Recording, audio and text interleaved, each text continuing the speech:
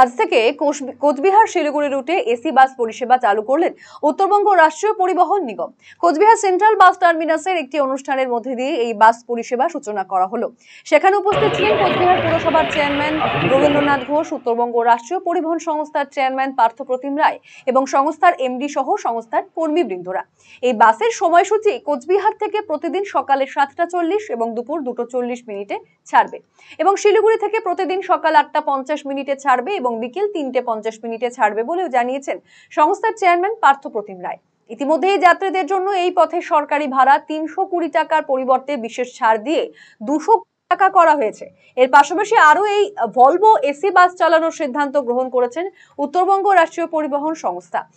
আসাম রাজ্যের সাথে উত্তরবঙ্গ রাষ্ট্রীয় পরিবহন সংস্থার বাস যাতায়াত যেন আরো বাড়ানো যায় সেই দিকেই উদ্যোগ গ্রহণ করেছেন। এ বিষয়ে কি বক্তব্য পাওয়া গিয়েছে শুনবো।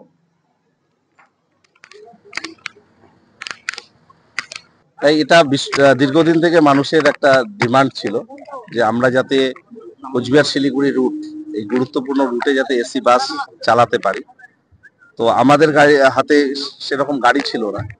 আমাদের যে 3টি গাড়ি ছিল সেটা মূলত আমাদের শিলিগুড়ি কলকাতা রুটে চলত, কিন্তু পরবর্তী পর্যায়ে আমরা পুরনো 9টা গাড়ির মধ্যে 3টে গাড়িকে আমরা সারাই করতে সক্ষম হয়েছি। তো আমরা কলকাতা রুটটাও যেমন চালু রাখবো, আমরা প্রথম পর্যায়ে আমাদের টোটাল এই মুহূর্তে হাতে 6টা গাড়ি এসি গাড়ি থাকছে। এই 6টা গাড়িকে আমরা 2টো গাড়ি কোচবিহার শিলিগুড়ি অল্টারনেট করাবো, দুটো 4টে ট্রিপ দেবে এবং আমরা কলকাতা দীঘা এই রুটে 2টো গাড়ি চালাবো।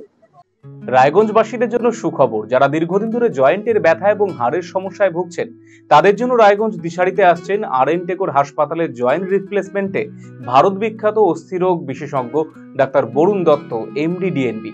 এখন থেকে প্রতি মাসের নির্দিষ্ট দিনে ডাক্তারবাবুকে দেখাতে আজই যোগাযোগ করুন দিশারি হেলথ কেয়ার, উকিলপাড়া, রায়গঞ্জ শাখায়। যোগাযোগ করুন 7477785509, 7477785512 এই নম্বরে।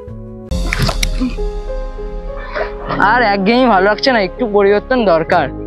পরিবর্তন অবশ্যই দরকার, তবে শিকড়কে আগলে রেখে। শুনছি এবার নাকি পরিবর্তন হচ্ছে। তাই? কোথায় হচ্ছে পরিবর্তন? কিভাবে হবে পরিবর্তন? কে করবে পরিবর্তন? হ্যাঁ, আরসিটিভি সংবাদে আসতে চলেছে পরিবর্তন।